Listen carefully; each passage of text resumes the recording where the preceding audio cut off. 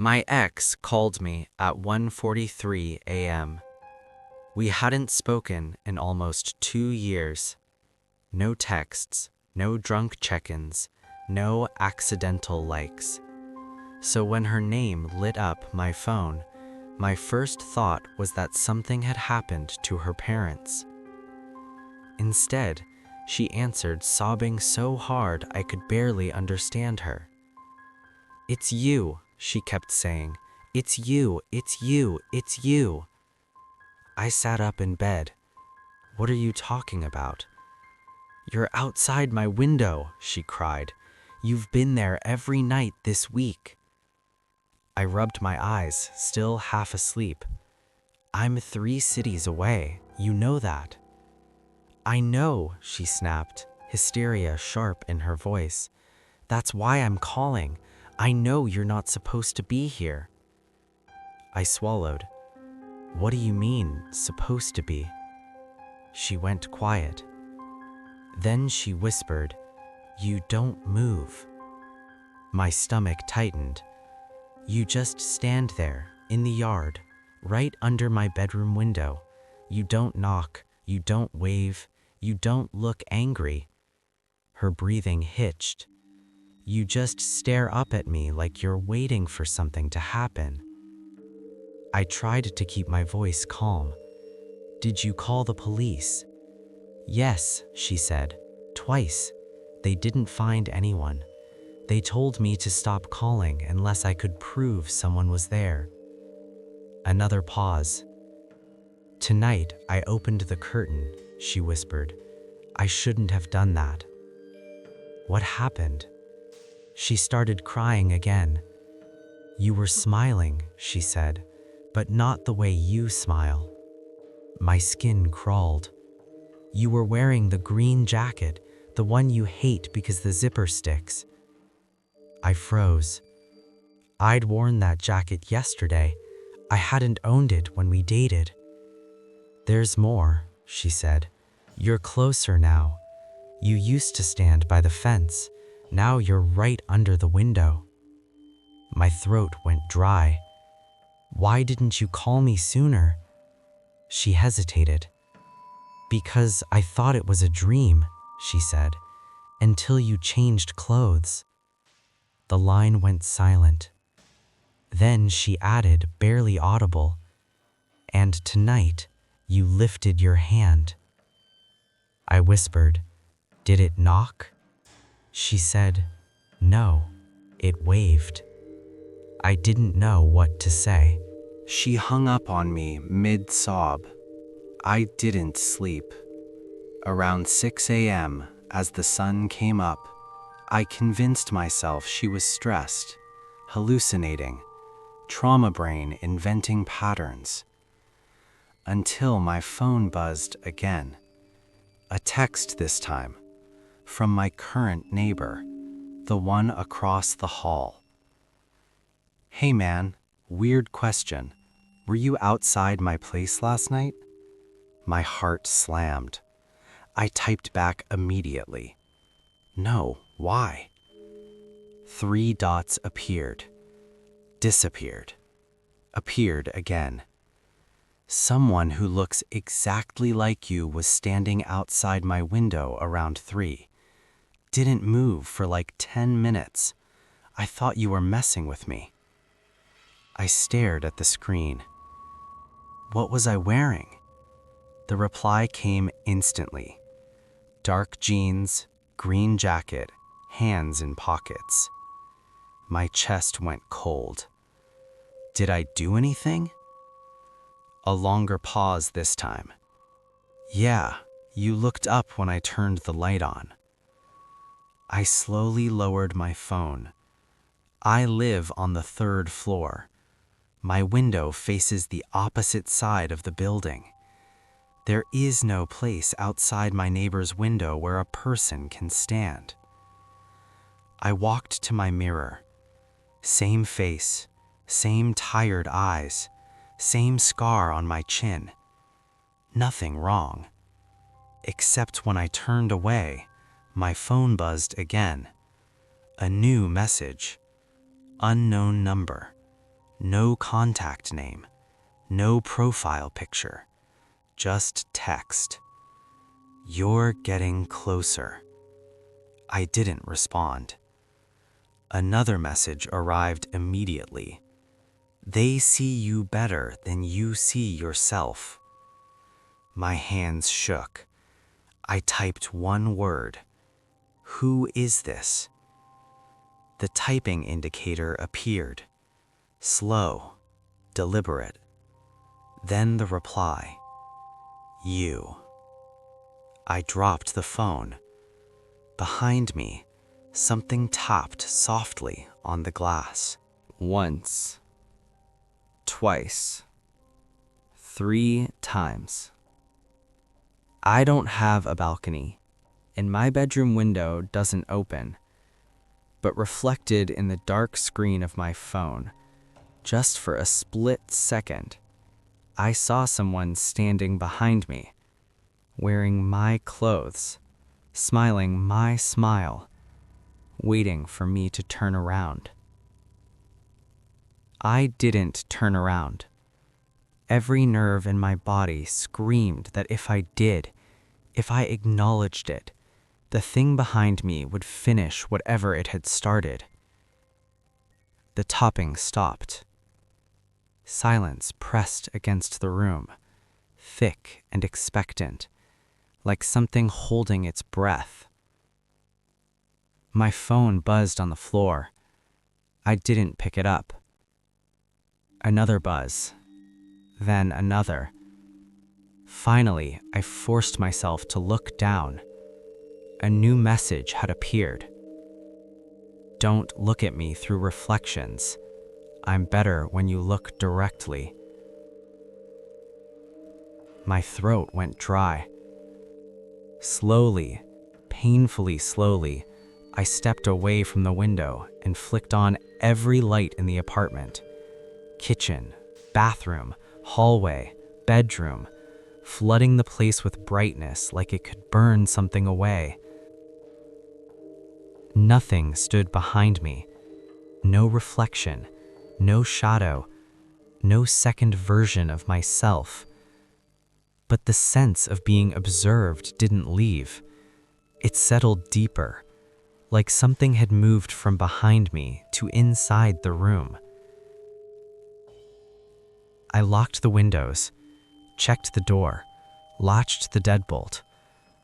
Then I sat on the edge of my bed and tried to breathe like a normal human being. That's when my phone rang again. My ex. I almost didn't answer. Almost. "Please tell me you're not outside right now," she said the moment I picked up. "I'm not, I swear." She sounded calmer, too calm. "That's good," she said softly, "because it's still here." My stomach flipped. "What do you mean still?" "I turned all the lights on like you said. I locked my door. I stayed away from the window. And?" "It's closer than before," she whispered. "It's right up against the glass now." I closed my eyes. "Is it moving?" I asked. "No," she said. "That's the worst part." A quiet sob slipped out of her. "It's copying your breathing." I felt my chest tighten.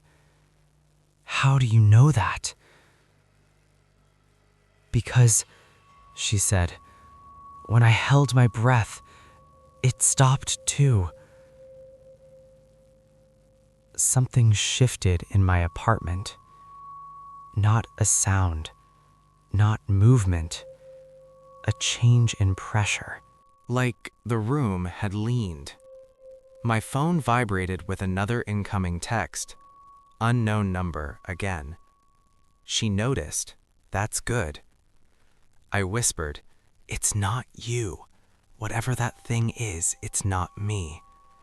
The reply came instantly. That's what you keep telling yourself. My ex gasped suddenly. "Oh my God," she whispered. "It smiled." I swallowed hard. "Did it do anything else?" "Yes," she said. "It raised its hand again. And it's touching the glass now, not knocking, just resting its palm there." A chill crawled down my spine. "What hand?" I asked quietly. She went silent. Then, slowly, "The same one you're holding your phone with." I stared at my hand. The exact pressure I felt earlier, subtle, invisible, pressed against my palm, like something was mirroring me through distance, through walls, through people. "I think it's learning," she whispered. "I think it's figuring out how to be closer." My phone buzzed again. "Distance is the only thing you still have, and you're wasting it." I whispered, "What do you want?" 3 dots appeared, paused, then the message arrived. "For you to stop making us share." My pulse thundered. "What share?" I typed. The response took longer this time. Too long. Then, "Your place, your time, your face." The lights in my apartment flickered. Once, twice, then stabilized. My ex screamed. I nearly dropped the phone. "It's gone," she cried. "It stepped away from the window." Relief surged through me, until she added, "It's walking toward the door." My heart dropped. "Stay inside," I said urgently. "Lock everything." She did, but it isn't rushing. A pause. "It's smiling like it knows I'll open it." My phone buzzed again. "Final message for the night. You should really check your own door. I don't like waiting anymore." The hallway outside my apartment creaked. Slow footsteps. Heavy. Stopping right outside my door. Then a familiar sound. My knock. 3 soft taps. The exact way I knock when I don't want to scare someone. And from the other side, in my calm, steady voice, "Hey, open up. You're safe now." I stood frozen in the middle of my apartment, staring at the door like it might blink back. 3 knocks. Perfectly spaced. Perfect pressure. The same rhythm I've used since college. Outside, my voice waited patiently. "Hey," it said, again, softer this time. "Open up. You don't have to be scared." My knees felt weak. I didn't answer.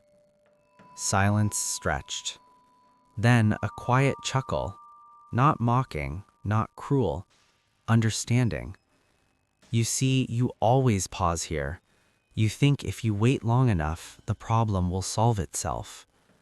That sentence made my stomach turn. I had never said that out loud to anyone.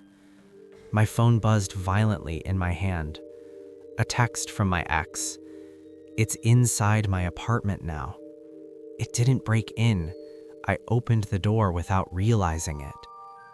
My chest tightened painfully. "What do you mean without realizing it?" I typed back.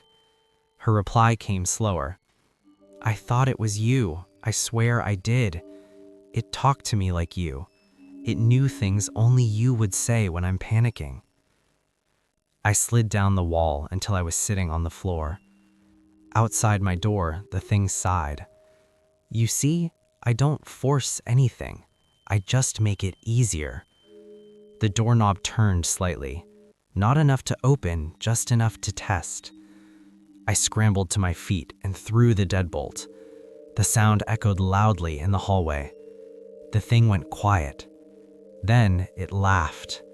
Low, satisfied. "Oh," it said, "you still lock doors." Another message buzzed in. Unknown number. "She let me in because she wanted it to be you." My throat went dry. "What did you do to her?" 3 dots appeared. paused.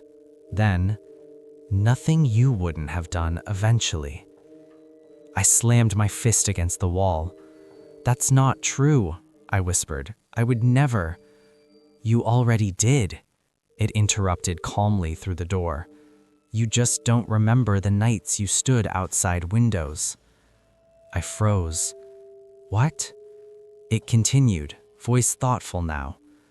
You don't remember standing there because you weren't awake, but you were still you, watching, learning, waiting. Cold spread through my chest. You think this started recently, it said, but I've been you for a long time. The hallway light flickered. Once, twice. In the brief flashes, I saw movement beneath the door, a shadow shifting, not pacing, practicing. My phone buzzed again, a voicemail from my ex. I hesitated, then played it. Her voice was quiet, too calm. He's sitting on the couch, she whispered. He keeps asking me where you put things, little things, like he's memorizing. A pause. He just asked what scares you the most. My breath caught. The voicemail cut off abruptly. Outside my door, the thing spoke again. You should answer me, it said kindly. Ignoring me only makes the split worse. What split? I whispered. The one where you're still pretending you're the original. The doorknob turned again, harder this time. The door rattled. I don't want to take your place, it said. I want us to stop confusing people.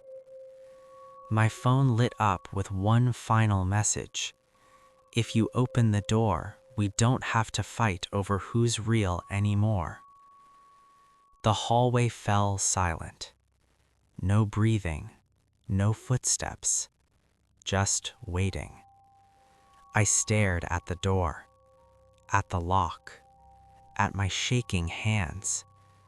And that's when my neighbor across the hall texted me again. Hey, are you outside my window right now? My blood ran cold, because I was standing perfectly still in my apartment, and the thing outside my door whispered, almost amused, "See, you can't be everywhere at once anymore."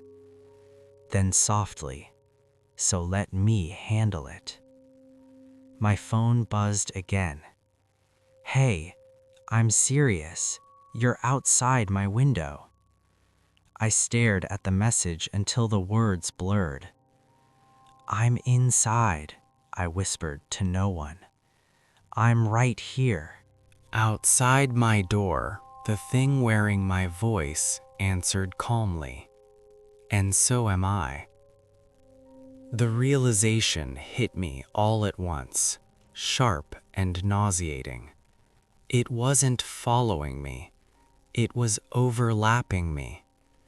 Every place I wasn't actively occupying, every blind spot, every window, every moment I looked away, it filled in. Not traveling, not moving fast, just existing wherever I wasn't. You can't do this forever, I said, forcing my voice steady. People will notice. They already have, it replied gently. They just chose the version that showed up. My ex, my neighbor, the people who opened their curtains instead of looking away. I thought of her voice on the phone, how calm she sounded at the end. Not scared, not crying, adjusted. My phone buzzed with one last message from her. He's making coffee. He knows how I like it.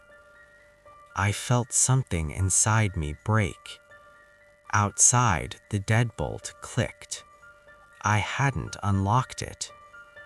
I didn't force her, the thing said, almost defensively. I didn't force anyone. I just stayed long enough for them to stop asking questions. The door handle turned, slowly, deliberately. I stepped back, shaking my head. "You're not me."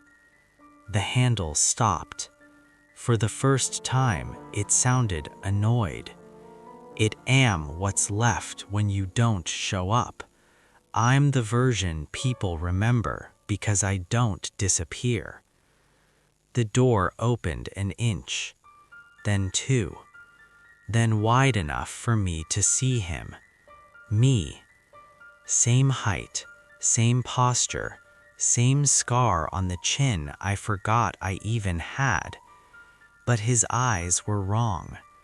Not evil, not empty, certain. He stepped into my apartment like he'd lived there longer than I had.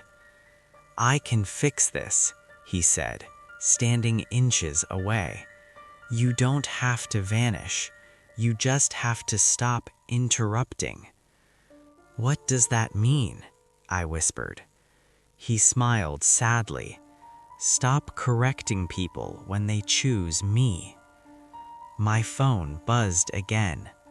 Unknown number. "You don't have to die. You just have to stop answering when they call you." My chest tightened. "You're erasing me." "No," he said softly. "I'm letting you rest." Behind him, the hallway light flickered, once, twice, and I saw it. Other versions, standing quietly at other doors, at stairwells, at windows. Not aggressive. Waiting. "I was the first one you ignored," he continued. "The nights you didn't answer texts, the times you didn't show up. I stayed." I looked at my phone, at the unanswered messages, the missed calls, the people who stopped expecting replies. "I didn't mean to," I said. "I know. That's why this works." He reached out, not to grab me, but to gently guide my phone from my hand. The screen lit up one last time. A group text. My name. Except the replies weren't from me. They were from him. Typing, responding, reassuring, living. "You can still exist," he said quietly, "just not where people are looking." The room felt thinner, like I was standing slightly out of phase with it. My neighbor texted again. "Oh, never mind, you left." I tried to speak. Nothing came out. The version of me stepped back toward the door. "Don't worry, I'll wave sometimes, just to be polite." He closed the door behind him. The lock slid into place. And suddenly, the apartment felt enormous. Too quiet, too empty. I checked my phone. No signal, no contacts, no name in the top corner. Just one predictive suggestion hovering over the keyboard, blinking patiently. "Stay still now." I sat down on the floor. The lights dimmed. Somewhere far away, a window slid open, and someone who looked exactly like me lifted a hand and waved, not to scare them, not to threaten them, but to let them know I was never coming back.